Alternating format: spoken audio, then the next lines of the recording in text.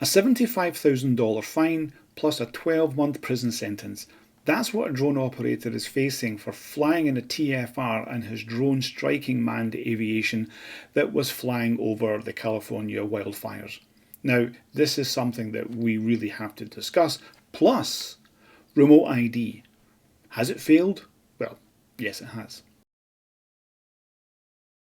Hi everyone, Stephen from the Flyby guys, and we're talking about the terrible incident that happened in California yesterday, the 9th of January, where a drone operator was flying in a TFR, which is a temporary flight restricted area, and his or her drone was flying and it hit a manned aviation. So this was one of the, we call it a super scooper. It was the Quebec 1. And it was making its final run, I know apparently, and it was dropping water onto fires in that area. Now that aircraft is now officially damaged. It cannot fly, which means that it can't put out fires. So this is now putting more lives at risk. Obviously, there was no one hurt during this. The pilots were actually okay. They managed to land the aircraft. It was fine. But of course, this is a complete violation. Now, this wasn't an accident. This is an incident, and this was a complete violation of the rules. And I really hope that they find the person who done this and come down heavy on them, because this has to stop. Now, going into another topic which is related here is remote ID.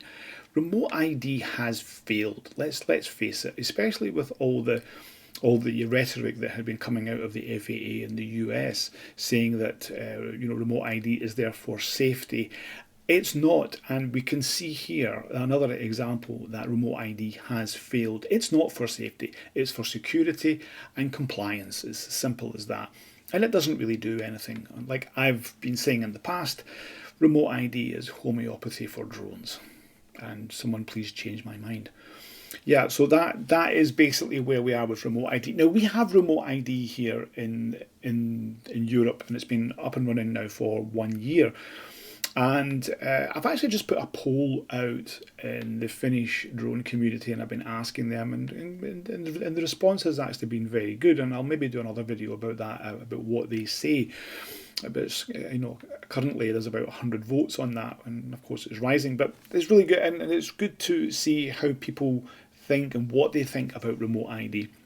But certainly, when remote ID came in to Europe, there wasn't a big song and dance about it. They just put it out there, and of course that was fine.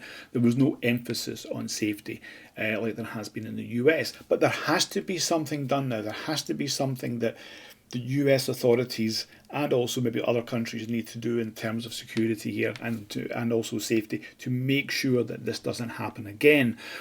I'll give you an example of something that happened to me yesterday. Now, you can always check your flight restriction zones by checking your maps. You have your aviation maps that you use, especially for drones. We have one here in Finland. It's called Fluke, and I was flying yesterday at a site that I do every week, and someone was wanting to fly in that same area at the same height as me, but they checked the map, seen my contact details, seen my flight plan, and decided to give me a call to find out if I was still flying, which I was. So after a few words with each other, that drone operator decided to stay on the ground until I was finished, which would have been about 10 minutes or so. And that was fine. And once I was done, I actually called the operator and told them that I was done, and then they could continue. And that's how it should be. It's about checking to make sure if it's safe to fly. Even if you're allowed to fly, should you fly? That is the difference here. So, and I think that this is, something that we can also learn from other instances. Now, this also matters also if you're doing hobby. No, it doesn't matter if you're also doing work, but safety is important.